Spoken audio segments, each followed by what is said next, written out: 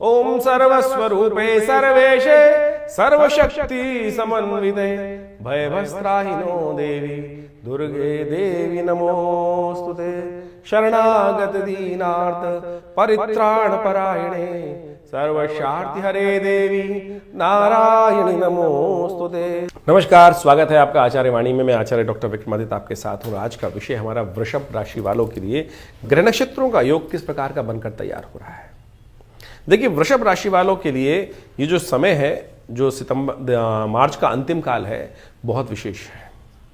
इसमें कई ग्रहों की बातें हो रही है, लेकिन कुछ औचित्य है नहीं बाकी सब ग्रहों का बात करने के लिए, क्योंकि इस वक्त जो सबसे महत्वपूर्ण परिवर्तन का समय है वो है शनि महाराज। षडग्रही योग, ग्रहों की पंचायत एक साथ आपकी राशि के दृष्टिकोण से कहाँ लग रही है? लाभ। हम जो भी काम करते हैं, किसके लिए काम करते हैं? हम सब चीज लाभ के लिए सोचते हैं ना, इनकम के लिए सोचते हैं।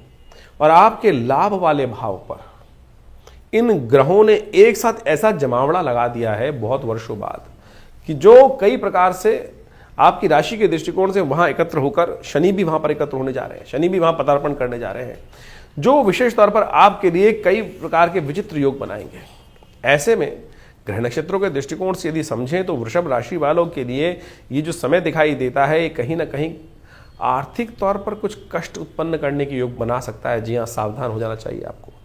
साफ साफ तौर पर ये ग्रह नक्षत्रों के दृष्टिकोण से बहुत सारे लोग अलग अलग भ्रांति उत्पन्न करने का प्रयास कर सकते हैं, लेकिन हमारी कैलकुलेशन ये बताती है कि ये अननेसेसरी ये ग्रहों का परिवर्तन जो है आर्थिक तौर पर आपके लिए संघर्ष का समय आपके निमित्त आपके लिए लाइफ में उत्पन्न करने के योग दे सकता है।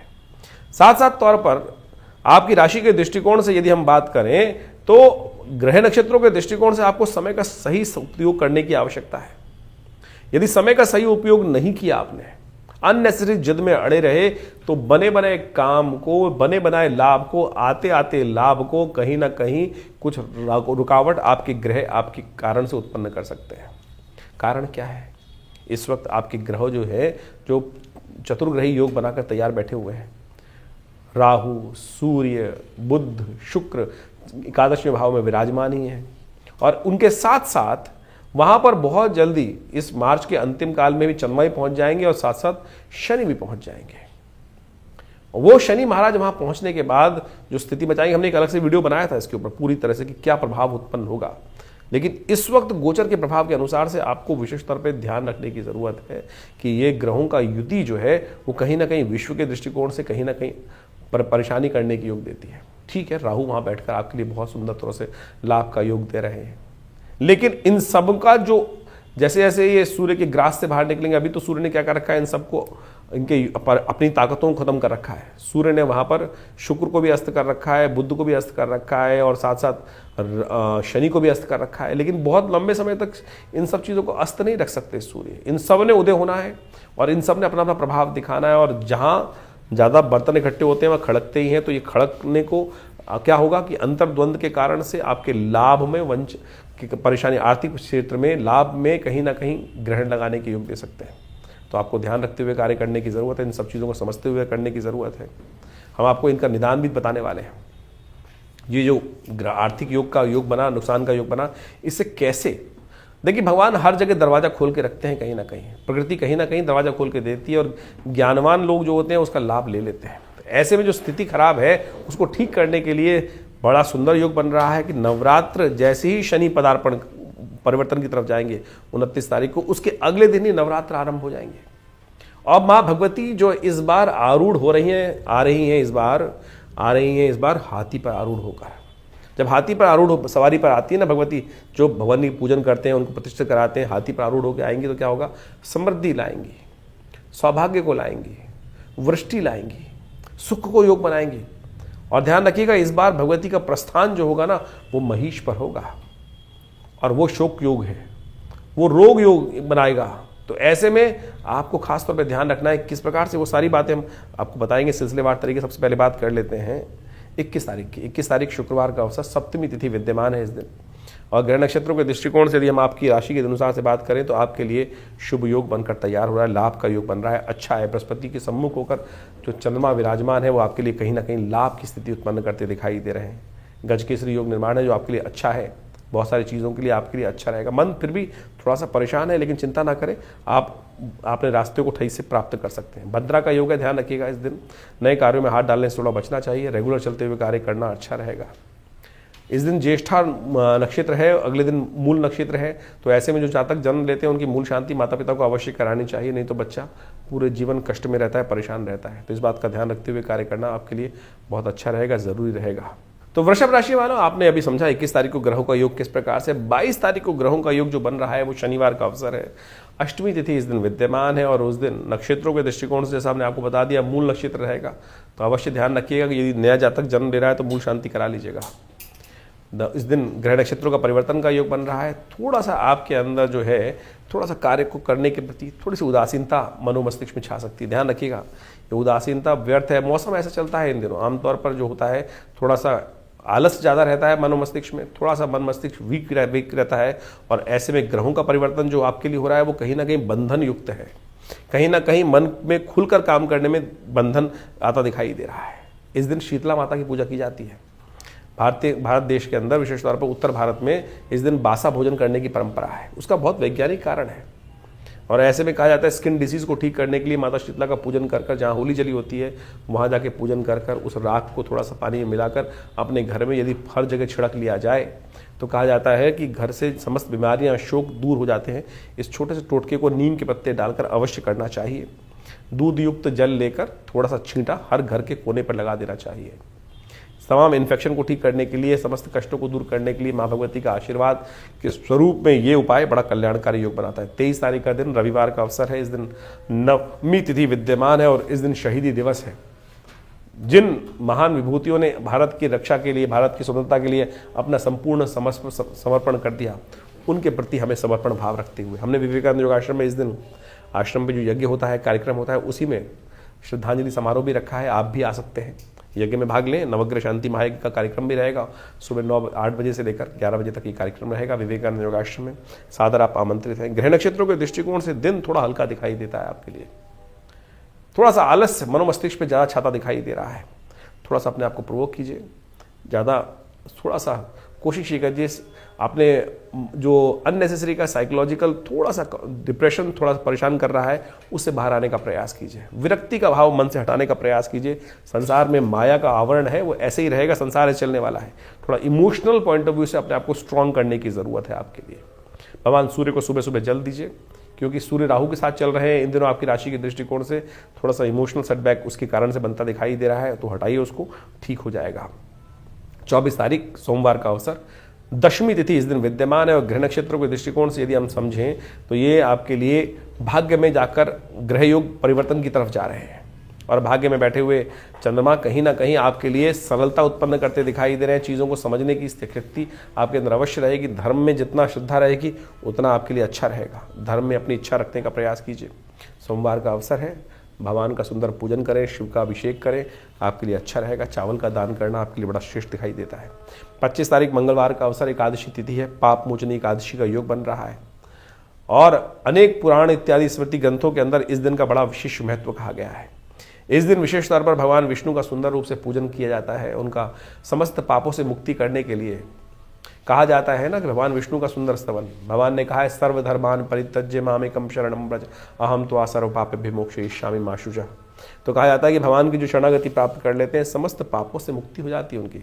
तो इस दिन भगवान सुंदर विष्णु जी का पूजन, कृष्ण जी का पूजन करें, और सुंदर रूप से कल्याण का योग बनेगा। इस दिन शुक्र महाराज जो है ग्रह नक्षत्र परिवर्तन की तरफ जा रहे हैं, शुक्र उदय होने जा रहे हैं, और शुक्र का उदय होना ये आपके लिए बड़ा अच्छा है। लाभ के रास्ते को खोलेगा। उच्च के हो गए हैं शुक्र, आप वक्री स्थिति में थे, सूर्य से दूर आ गए हैं, तो ऐसे में अच्छा रहेगा। लेकिन ध्यान रखिएगा, बच्चों का थोड़ा ध्यान रखने की ज़रूरत है, जिनके संतान पक्ष के लिए थोड़ा ग्रह भारी चल रहे हैं, और ऐसे में उनका थोड़ा ध्यान रखना ज़रूरी है। क्लैश में ना फंसें, कहीं ना कहीं बौद्धिक पॉइंट ऑफ व्यू से विचारों में कहीं ना कहीं इन दिनों आपस में द्वंद्व उत्पन्न होने की स्थिति दिखाई देती है। ऐसे में पालक भगवान विष्णु का सुंदर स्तवन करके चरणामृत उनका ग्रहण करना आपके मनोमस्तिष्क को ठीक करेगा। 26 तारीख का दिन बुधवार का अवसर है, तिथि द्वादशी है, और उसके बाद त्रयोदशी का आगमन होगा। लेकिन ग्रह नक्षत्र परिवर्तन की तरफ जो योग जो बना रहे हैं वो आपके लिए विशेष तौर पर दिखाई दे रही है। आपकी मेहनत सफल होती दिखाई दे रही है। आपका पूरी विशेष तौर पर अंतर मन पूरी तरह से मेहनत से काम करता दिखाई दे रहा है, और जितनी मेहनत से काम करोगे ना उसका रिजल्ट भी आता दिखाई देगा। आपको इन 2-3 दिनों में खासतौर पे लाभ के रास्ते खुलते दिखाई देंगे। वैष्णवों के लिए इस दिन एकादशी का पुण्य रहेगा। जिन्होंने मंत्र दीक्षित हैं, तुलसी माला धारण करते हैं, उस दिन विशेष तौर पर उनके लिए बड़ा सुंदर अवसर है, क्योंकि उनके मत के अनुसार से जो द्वादशी का पुण्य में भगवान विष्णु का सुंदर स्तवन करना, उनके लिए एकादशी का सुंदर लाभ मिल सकता है। पापों से मुक्ति करने वाली जो एकादशी है, भगवान विष्णु का सुंदर पूजन करना संपूर्ण रूप से मनोरथों को सिद्ध करने के योग बनाएगा। 27 तारीख बृहस्पतिवार का अवसर, त्रयोदशी तिथि है। उस दिन गुरु प्रदोष का योग बन रहा है, बृहस्पतिवार है और प्रदोष का योग बन रहा है। कहा जाता है कि सही दिशा में ज्ञान प्राप्ति का योग बन सकता है, और इस समय आपकी राशि के दृष्टिकोण से बृहस्पति हैं जो आपकी रक्षा करने के योग बनाने वाले हैं। बाकी समस्त ग्रह युद्ध की स्थिति में जा रहे हैं, अनिष्टकारी स्थिति बना रहे हैं, और ऐसे में शाम के समय भगवान शंकर जी का सुंदर पूजन कर लेना चाहिए आपको, जो सूर्यास्त के करीब करीब 2 घड़ी बाद तक का मुहूर्त होता है। 2 घड़ी का मतलब है 48 मिनट के आसपास का मुहूर्त जो होता है। ऐसे में सुंदर रूप से भगवान का पूजन करना सबसे रूप से कष्टों को निवारण करने वाला रहेगा। बिल्व पत्र एक एक करके अर्पित करते हुए भगवान का सुंदर अभिषेक पूजन करते हुए, शहद के द्वारा भगवान का पूजन करते हुए, ये आपके लिए बड़ा कल्याणकारी योग बनेगा। बृहस्पति की शक्ति को और बढ़ाएगा, और बृहस्पति अभी 2-3 महीने, क्या कहूँगा, आने वाले 4-5 साल आपके लिए बहुत अच्छे हैं। ये शनि महाराज आपके लिए बहुत विचित्र स्थिति उत्पन्न करेंगे, लेकिन बृहस्पति आपकी पूरी ताकत देते रहेंगे आने वाले 4-5 सालों के लिए खास तौर पर। तो बृहस्पति को ताकत देते रहिए, सद्भाव रखिए, और ये आपके लिए बहुत विशेष योग हमने बताया है, ध्यान रखिएगा आपकी राशि के दृष्टिकोण से। तो जितना बृहस्पति को ताकत देंगे उतना बढ़िया आपके लिए। तो जब भी गुरु प्रदोष पड़े उस दिन विशेष तौर पर भगवान का सुंदर स्तवन अवश्य करते रहें, वो आपके लिए कल्याणकारी योग बनाता रहेगा। 28 तारीख शुक्रवार का अवसर, चतुर्दशी तिथि है इस दिन, और इस दिन ग्रह नक्षत्रों के दृष्टिकोण से पंचग्रही योग बनकर तैयार हो जाएगा। चंद्रमा वहीं 11वें भाव में जाकर विराजमान हो जाएंगे, और ये अंतर्द्वंद उत्पन्न करेंगे मन और खासतौर पे चीज़ों को पुरुषार्थ करने में एक साथ थोड़ा सा वैमनस्य उत्पन्न हो सकता है ग्रह नक्षत्रों के दृष्टिकोण से। तो ऐसे में भगवती सरस्वती का पूजन करें, खट्टे फलों का दान करें, ये विशेष तौर पर ध्यान रखते हुए कार्य करने की ज़रूरत है। 29 तारीख शनिवार का अवसर, अमावस्या तिथि है इस दिन, और इस शनिचरी अमावस्या के दिन शनि महाराज हो संवत के अंतिम दिन परिवर्तन का योग बना रहे हैं, और ये परिवर्तन हो रहा है विशेष तौर पर शनि का राशि परिवर्तन। 10वें भाव से निकलकर शनि 6 ग्रही योग एक साथ आपके लाभ वाले स्थान पर द्वंद्व उत्पन्न करने की स्थिति उत्पन्न कर रहे हैं। शनि उदय भी हो जाएंगे इस दिन।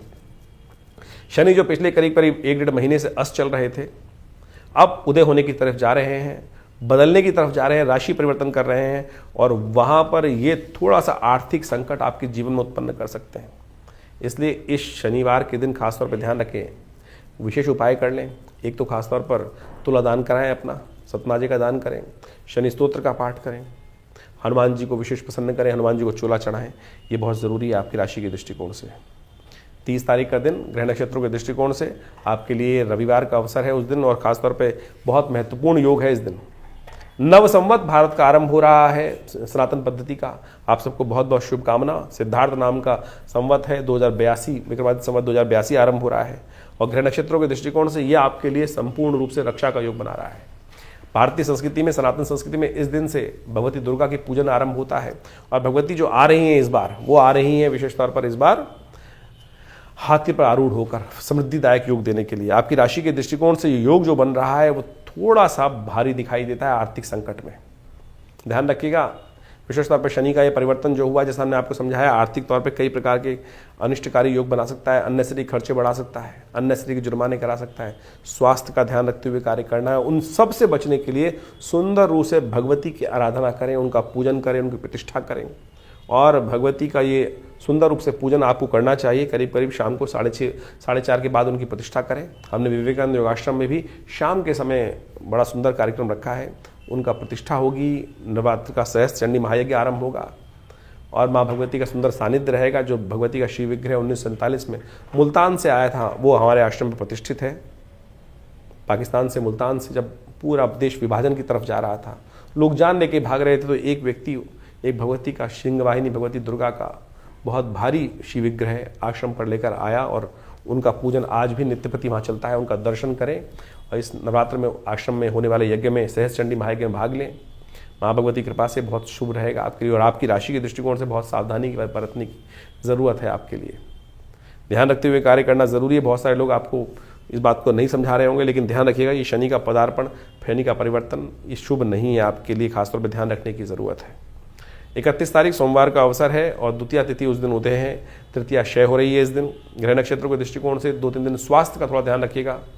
थोड़ा मनोमस्तिष्क में नेगेटिविटी थोड़ी परेशान कर सकती है। स्थितियों को देखकर थोड़ा मन में भय हो सकता है, उससे वंचित होने के लिए, ठीक करने के लिए मां भगवती गणेश का और भगवती पार्वती का स्तवन करें। मत्स्य अवतार इस दिन हुआ तो भगवान विष्णु का पूजन करें, कल्याण होगा। तो इस प्रकार से आपने ग्रहों का योगा योग समझा कि आपकी राशि के दृष्टिकोण से योगा योग किस प्रकार का बन रहा है। और देखिए अभी चैत्र का महीना आरंभ हो गया है, नव संवत इस आरंभ हुआ चाहता है और इसी दौरान में नव संवत भी आरंभ हो जाएगा। और इस बार संवत जो है बहुत ही महत्वपूर्ण है।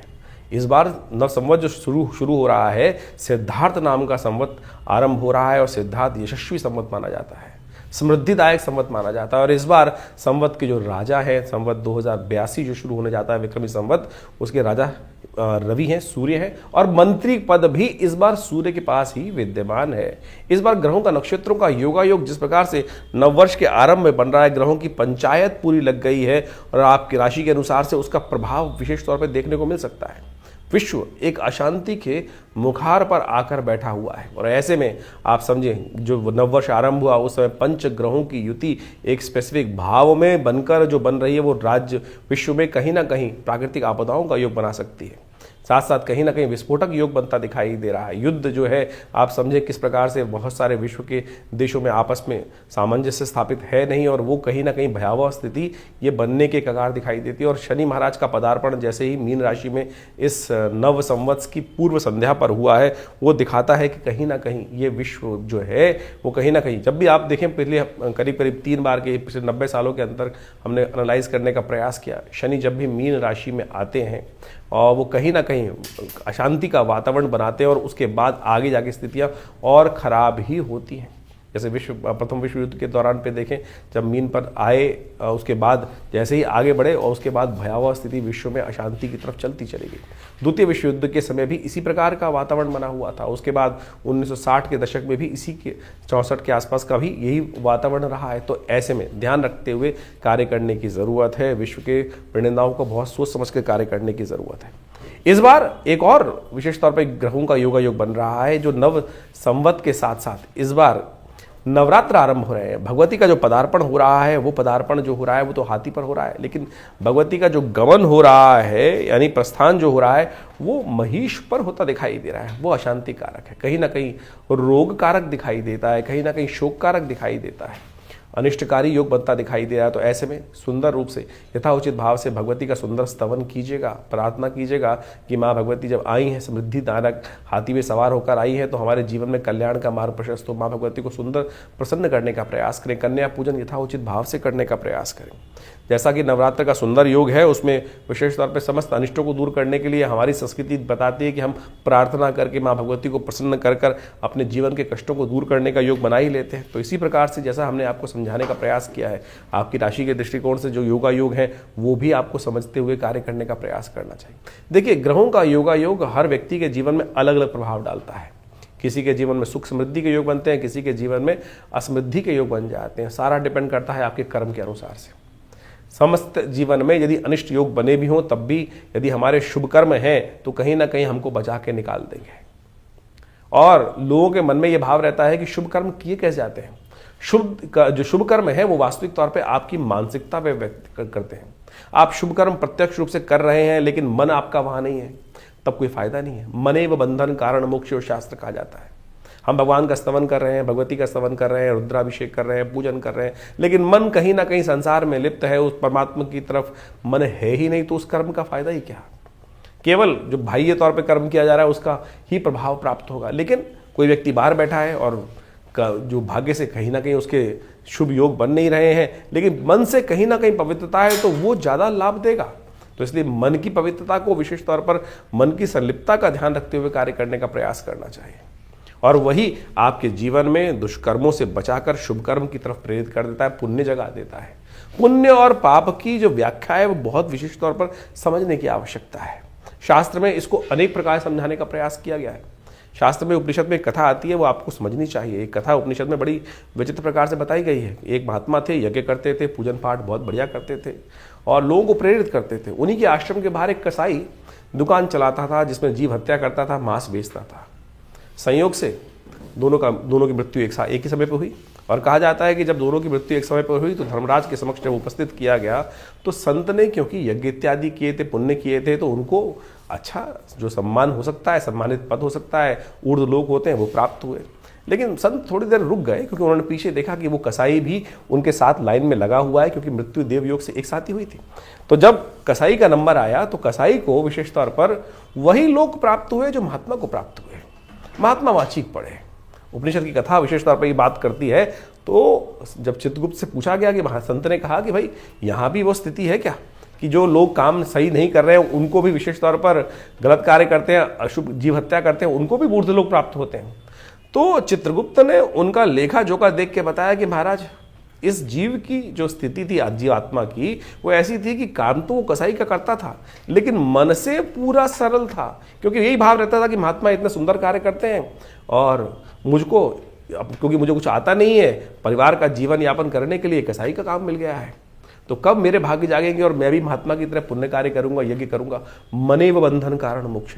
और इसी मन के द्वारा किए गए शुभ कर्म के कारण से उसको वही लोग प्राप्त हुए जो यज्ञ इत्यादि पुण्य इत्यादि करने से उन महात्मा जी को प्राप्त हुए थे। कहने का सरल अर्थ यह है कि मन से सरल रहिए। पता नहीं संसार में कब हमारे द्वारा कौन सा कर्म हो जाता है, जो प्रत्यक्ष कर्म है कौन सा हो जाता है, लेकिन मन से वास्तविक तौर पर अगर निवृत्त रहोगे उस दुष्कर्म से भी, तब भी आप अपने उस परलोक को सुधार सकते हो। तो लोक परलोक दोनों सुधारने का हमको प्रयास करना चाहिए। तो यही अध्यात्म का अर्थ है और यही इस ज्योतिष के दृष्टिकोण से, बहुत सारे लोग ज्योतिष को अध्यात्म से अलग कर देते हैं। अरे ज्योतिष अध्यात्म से अलग हो ही नहीं सकता है। कुछ तथाकथित लोग ज्योतिष को अध्यात्म के साथ जोड़ेंगे, समझेंगे, तभी आपको वास्तविक जीवन का सत्य प्राप्त होगा। तो ये जो हमने आपके समक्ष कथा रखी है, इसको सही से समझते हुए कार्य करने का प्रयास करें। और हमारा जो ये चैनल है आपके साथ हमेशा ही रहता है। आपके मन में भी बहुत सारे प्रश्न चल रहे होंगे, चिंता ना करें, उन प्रश्नों का निवारण करने के लिए हमने ये चैनल आपके साथ रखा ही हुआ है। तो आप अपने मन के प्रश्नों को हमें व्हाट्सएप के माध्यम से भेज सकते हैं। और हम तो एक और कार्य आरंभ कर दिया है हम लोगों ने। महीने के पहले रविवार के दिन सुबह 8 बजे से लेकर करीब 10 साढ़े 10 बजे तक आश्रम में एक विशेष तौर पर समागम का कार्यक्रम रखा गया है। उसमें यज्ञ में भाग भी ले सकते हैं और विवेकानंद योगाश्रम दिल्ली में आकर अपने प्रश्नों का समाधान भी जान सकते हैं। तो आप विवेकानंद योगाश्रम में सादर आमंत्रित हैं। हर रविवार को, पहले रविवार को विशेष तौर पर समागम का सुंदर व्यवस्था है। कोई शुल्क नहीं लिया जाता है। आप आए, अपने प्रश्न का निवारण सीधा हमसे कर सकते हैं और उस माँ भगवती का दर्शन भी कर सकते हैं, शुद्ध यज्ञ में भाग भी ले सकते हैं, कीर्तन में भाग ले सकते हैं और अपने प्रश्नों का निवारण करने के लिए रविवार के दिन सुबह 8 बजे से लेकर साढ़े 10 बजे तक दिल्ली में विवेकानंद योगाश्रम में आप पधार कर अपने प्रश्नों का समाधान भी जान सकते हैं। और वैसे व्हाट्सएप के माध्यम से तो आप हमारे साथ जुड़े रहते हैं। तो चैनल पर भी हम समय समय पर लगातार अनेक समय पर अनेक ग्रहों योगों के साथ साथ विभिन्न जो उत्सव आते हैं उन सब के बारे में आपको जानकारी देते ही रहते हैं। तो जुड़े रहे हमारे इस आचार्य वाणी चैनल से और आपका जीवन में कल्याण होने का योग बनता रहे। धन्यवाद, नमस्कार।